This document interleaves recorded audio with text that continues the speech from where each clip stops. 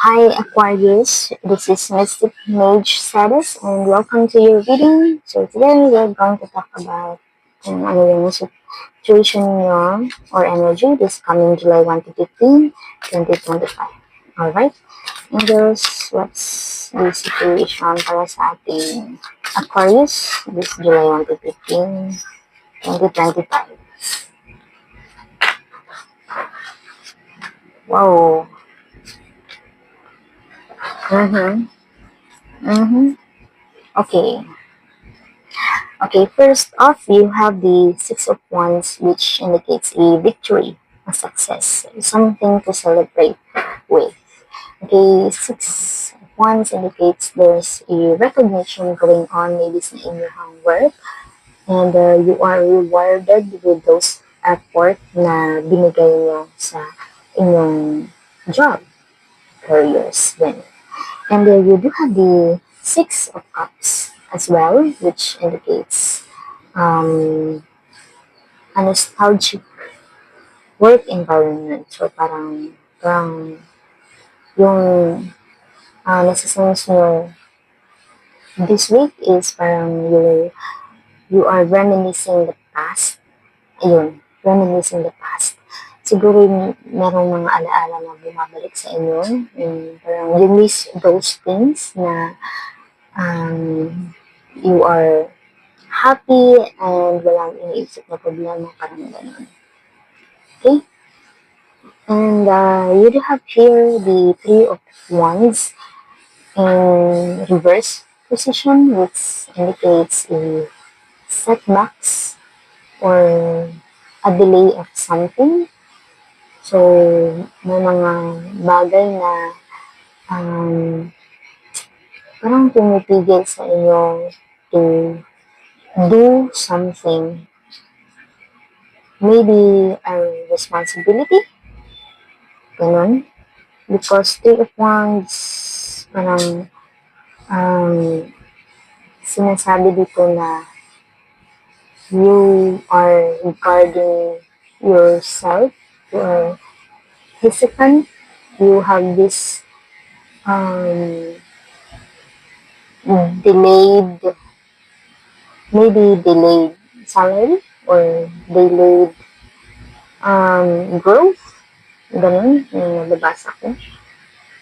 So, how it is related to these two, so maybe you are planning something, maybe a business, but you have these setbacks at the end of July na hindi pa siguro kaya ng financial mo to support something.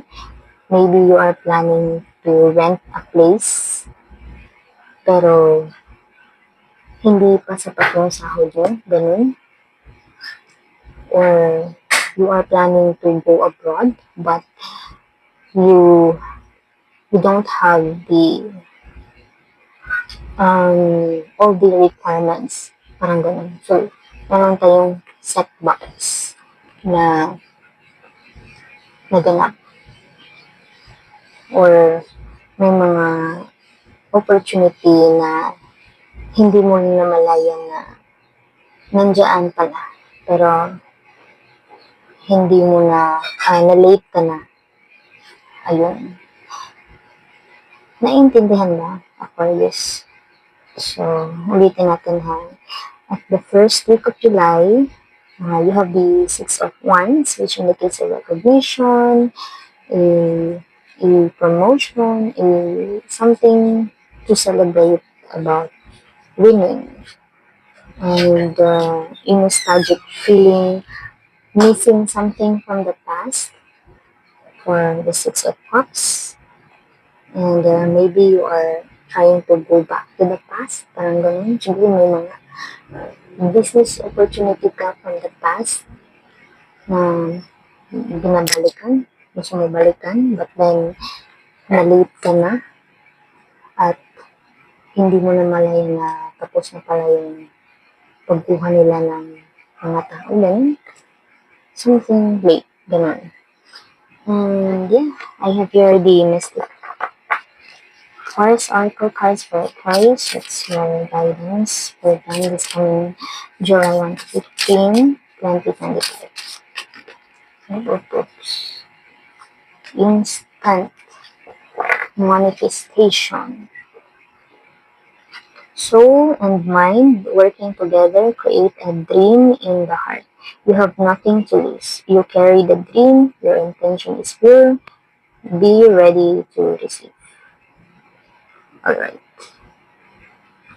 So, I think the universe is telling you na there's nothing wrong with being late or having hesitation or worries or late upcomings.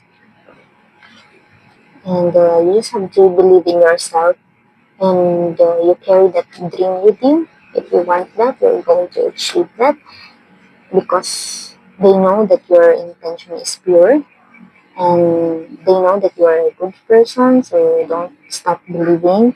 And lahat ng bagay na gusto mo ay makakamit mo rin in a matter of time. Yan. So sa ngayon, meron tayong setbacks, meron tayong celebration. Ayan. Alright?